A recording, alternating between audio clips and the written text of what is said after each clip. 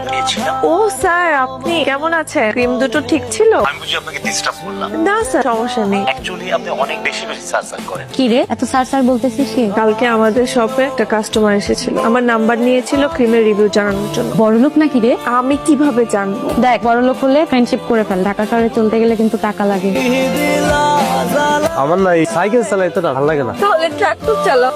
আরে এটা কইছি রে, মানে এই সাইকেলের জায়গায় যদি একটা বড় সাইকেল থাকতো তাহলে ভালো লাগে। কিনে ফেলো। মজা নিত। শোনো, একদিন আমি অনেক টাকা কামাবো, তোর আমি ঠিক একটা বড় সাইকেল কিনবো। তোমার একটা ভালো দিক কি জানো? তুমি স্বপ্ন দেখতে ভালোবাসো। মানুষ স্বপ্ন দেখতে ভালোবাসে বলেই পৃথিবী এত সুন্দর। আমি স্বপ্ন কেন দেখে তুমি জানো? কেন? কারণ তুমি আমার সাথে আছো তাই।